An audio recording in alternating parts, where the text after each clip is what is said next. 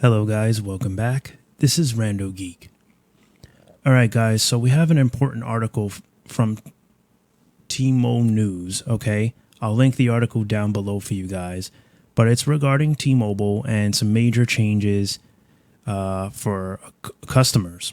Alright, so T-Mobile is now charging customers during non-payment account suspension. So this is a tough one to tackle because there's two ways you can feel about this. One, you can agree with the uncarrier because you might feel like T-Mobile needs to do this in order to avoid being taken advantage by, customers that don't pay. Also, you may feel T-Mobile needs to do this in order to maintain a positive cash flow. This is not a free service, T-Mobile. They're a business and they charge for a service. They're a wireless carrier that at the end of the day wants to make money. But at the same time, things should be done in all fairness in a way that their consumers can feel like they're a part of a company or, they have service with a company that has a little bit of class and self-respect and also respect for them and isn't trying to nickel and dime them, So you can feel many ways about this, to be honest, depending on how you are and what your mind frame is, right? But in short, we're going to read just a little bit of the article, the things that I feel are necessary. I'll link this article down below for you in the description so you guys can read more of it on your own if you want to read the whole article. So T-Mobile has posted an update to their terms and conditions on their website. So there's good news, there's bad news. T-Mobile has expanded its portfolio with products like home, internet, ensuring TNCs impacting those products are accurate is a good thing. T-Mobile also claims the document is easier to navigate. So the average consumer, this is a welcome change. Finally, T-Mobile ensures the quality of service, bill payment methods, and plan features are not impacted. There are certain aspects of these changes, however, that warrant a deeper look at their implications. That's where the bad news starts to hit, according to this article. How you pay won't change, but how T-Mobile charges you will. So,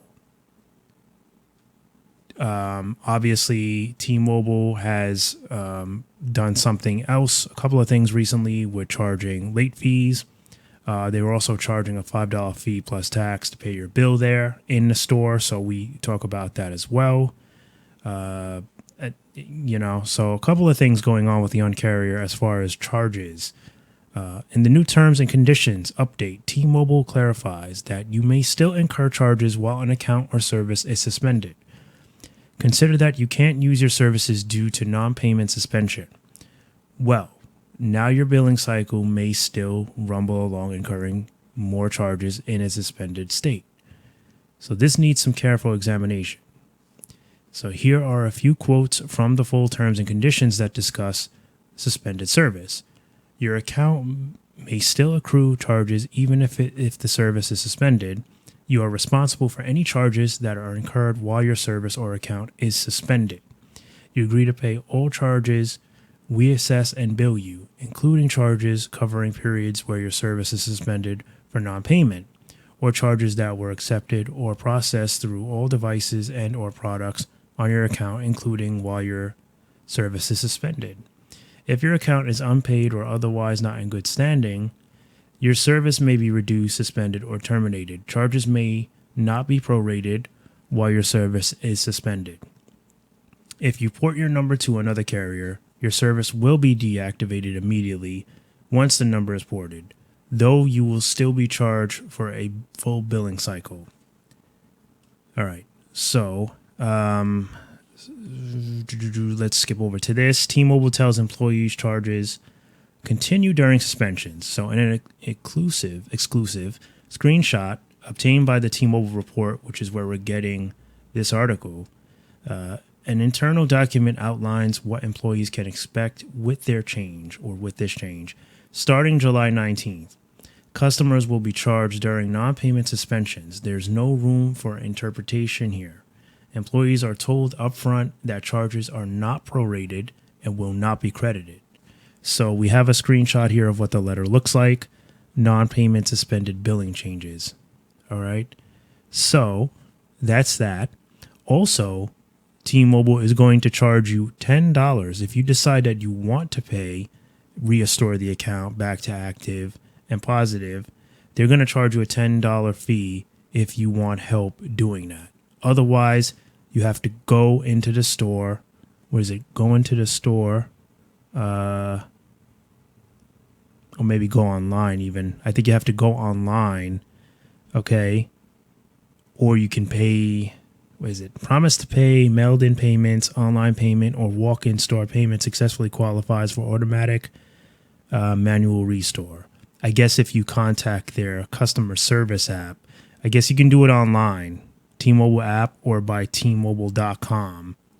And then you can avoid that $10 monthly payment support fee, which is what they call it, which that's now that right off the bat. I'm just going to say that's terrible. Like to charge $10 when the customer is trying to pay you to restore the account. Like they shouldn't charge a fee for that. You should be grateful that the customer is continuing service, that wants to continue service with you and is going to pay you back. You should be happy you're going to get your money back, because there's a lot of customers that can just default. They don't even care about their credit rating. So I think they should waive that $10 fee. That's my opinion. They should make that free. All right. So what T-Mobile has outlined is a simple language to change terms and conditions actually had sneaky ulterior motives. The document spends no time justifying the change, leaving employees to clean up the mess and deal with irate customers, just like they've had to do with the new $5 in-store bill pay fee. Article goes on to say it's obvious whoever wrote this policy does not handle customers daily, discussing how to avoid a payment support fee. Yeah, like I said, that I don't like at all. I cannot, out of all the things in this article, I can't sympathize with that fee at all. That fee is ridiculous. It's not necessary. So that I'll tell you how 100% I feel very strongly that fee is useless. That's nickel and diming.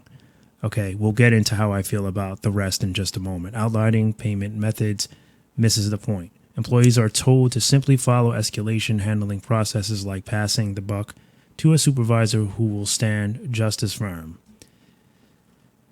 All right. Why on earth is T-Mobile making customers pay for services that will not be rendered? Suspended services unusable. So why should anyone be liable to pay for an account that is essentially disabled? These customers are likely already behind on their bills, so this only drives the debt deeper into a more unsustainable price. Okay. So here's how I feel about this. If you owe T-Mobile a lot of money, and they suspended your account because you haven't been paying, I could see them wanting to punish you. Okay, and this is a way to do it. They figure you're not paying us, we're going to keep charging you. Now that's a little harsh. To charge you every month is a little harsh. Now, I didn't see a percentage. I'm going back over this, okay? I didn't see a percentage of how much they would be charging you, okay? I'm going to look it back over because I might have missed it, but no, I didn't. Doesn't look like I did. And if I did, let me know down below. I might have just overlooked it, but I don't see a percentage here. So I'm assuming you're getting charged your full price every month. Now, if that's the case, that's terrible. Okay. If the account was suspended and they suspended it, they shouldn't charge you for a monthly service because you're not actually using it. All right. And that's how it looks like, reading over the article, the service is rendered. You're not really going to be using it anymore. So they shouldn't be charging you for any service. Now, if some time has gone by, the account, say if the account has been suspended for a couple of months and you have not been paying, I could see why they're getting a little anxious to get their money back or some kind, and they want to do something to kind of punish you. So I could see maybe them, incurring some kind of fee, not a full month service, maybe a $5 a month fee, for every month you don't pay back. Maybe I could see them giving you a $5 fee or something just to kind of like, get something out of you for owing them all that money that they feel like they could be using to redistribute back into the business. Okay, I'm just trying to look at this from their side, the business side of things, right? And also a way that it could maybe be a little less harsh, because $5 a month or something isn't as bad as, say, whatever your service is, right? What if you have $100 a month plan, that they suspended, and you don't want to cancel it because maybe you are just trying to get back on your feet. Maybe you had a rough month. Maybe you didn't make enough money. Maybe you had some unexpected bills, so there's that, right? Also, they should, work with you if you are on a postpaid account. That means that they've checked your credit when you first signed up, right? So that means they know who you are. They thought you were worthy of extending, postpaid service to. So there's no reason why they shouldn't be like, listen, if you're having some financial troubles, call us. We'll put the account on waiver for, a couple of months. When do you think you'll be able to pay it back? You can't use the service for, until you pay us back, kind of thing. And that's it. They, if you clearly call them and say, listen, I'm having some problems, I can't afford to give it to you, then they can make the decision right there and then. No, we're going to close your account. That's it. Or, okay, we'll give you a certain amount of time to pay this back.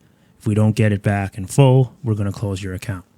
They could be a little bit more understanding, I guess is what I'm trying to say. Otherwise, don't suspend the account. Just close it and request payment right away, kind of thing. Like, what's the point of them suspending the account, giving you a chance to pay back if they're not going to let you pay back? So there's two ways they can handle it. Those two ways are still better, I feel, than just charging you every month on a reoccurring basis and you can't even use the service. Okay, that's basically, they're just stealing from you at that point because you can't use the account, and to charge you for a full month of service is just not right, So, and then you have to add on that $10 fee, which is it's just petty. I don't, to charge you to contact one of their representatives to help you reinstall the service because maybe you are a little confused on how to do it. Most of us know we can just go into the app, just give them their money, whatever the balance is due, and you're good to go. But there are some people that don't know how to do that. Maybe they're, they don't speak good enough English. They don't understand how the app works, whatnot. Maybe they don't use an app, So, that fee is not necessary. So we're seeing more of this, unfortunately, with the Un-carrier doing carrier things.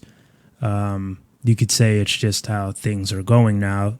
Times are changing. Companies are struggling to make profits. They're looking for every little way to do it.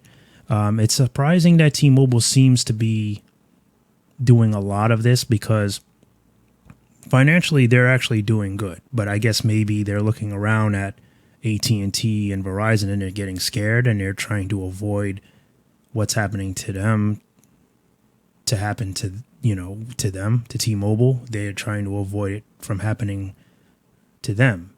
So that's how I see this.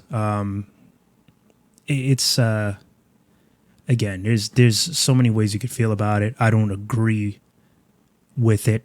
I guess I can understand maybe why they're trying to do it. It is a stupid move. It could be done better, is what I'm saying. It could be handled more professionally, more in a more courteous manner to their customers, because it does rub people the wrong way. People are just seeing it as a shot for them to take advantage of somebody that's already down. And nobody likes a bully. Nobody likes someone that tries to kick someone when they're down because, that's easy. You could always kick a person when they're down. You can't kick them. It's harder to kick them when they're up, you know? So that's how I feel about this. You guys can let me know down below any misunderstandings that you think I might have had about this article, but clearly this could be done better. So we can understand as a business they need to make money.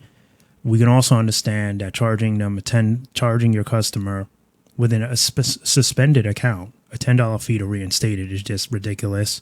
Okay, it's not necessary. You don't need to do that. And then also you can go about it a better way. You know, maybe give the customer a chance to pay back. Otherwise, just close the account. If you feel like, if I was using myself as an example and I had, you know, my account suspended because I owed them too much money. If you don't like it, then you could have just closed it. You could have closed the account and said, listen, you have 30 days, 60 days, whatever it is, to pay this account, or we're sending it to collections. No, you chose to suspend it because you want to give me a chance to pay you back. So then don't charge me every month for 4 months of service, for a full month of service, if you think that I'm worthy of keeping the account. Otherwise, if you feel like you need to do something, then make it something small. You know, maybe $5 a month fee just to feel like you're getting something back, you know. And then, believe it or not, some people won't even care about that because it's not that much. It is the principle. It still stinks, but it's not like it's that much, you know. So, like, there's better ways they could handle it, is what I'm saying. You know, and they need to think about that before they just start slamming the hammer at people, because, you know, customers are getting tired of the big three carriers bullying them around. That's why, you know, when it comes to Verizon, they're not any better on the business side. The service is good, but there's a lot of changes that need to be done with Verizon's business side. AT&T as well, mistreating customers. T-Mobile's getting on that train now. You know, unfortunately, everything that they stood for, they're starting to go against, and you can argue as to why they're doing it. Maybe they need the money. You know, business is changing, times are changing. You know, maybe they can't afford to be that uncarrier anymore. And if that's the case, well, then they need to rebrand and, you know, just basically say, we're just like everybody else now because we have to be. You know, people will understand eventually. They won't like it, but they'll get used to it.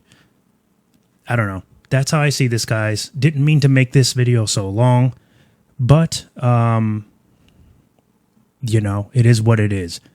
When there's things to talk about, when there's valid reasons to keep the video this long, to get my point across, I'm going to do it. So I hope that you do appreciate the honesty on this channel. Hopefully you get where I'm coming from. Again, this is not a bash towards T-Mobile. This is not an agreement with T-Mobile. I'm kind of like in the middle here. I'm trying to see both sides of it. I'm looking at it from their side. I'm also definitely looking at it as a consumer because that's what I am. I'm not affiliated with T-Mobile in any way. Whether they make money or lose money doesn't really matter to me. Other than the fact that maybe I lose my service because they go under. But that's it. You know, I'm going to call it like I see it. And they could definitely handle this better. Charging people for not using it isn't the best way to do it. Charging little nonsense $10 fees to reinstate the account is also not the way to do it. But I get that they're a business, that they need to make money, but they could do it in a better way. They could figure out a better way to go about this whole process, you know. Even like with the in-store fees, you know, charging a $10 fee or whatever, $5 fee to pay your bill. That's not necessary, you know. I don't know. I think it's, you know, they're doing it because they're trying to reduce customer service in person. They may be trying to automate more, which is something I talked about. It just helps them save money. You know, I think we're going to hear about that a lot from AT&T automation because they're going to need to, in order to be able to make money, to save money, because especially if they have, you know, if they really do have to pay back, what is it, 60 million maybe, or at least half of that in lead, you know, the issue with the lead cables, they might have to clean all that up, but that's a different one. We'll wrap it here. All right, guys. As always, I want to thank you for watching. Be sure to like, comment, subscribe if you're not subscribed. I'll catch you guys in the next one. Bye for now.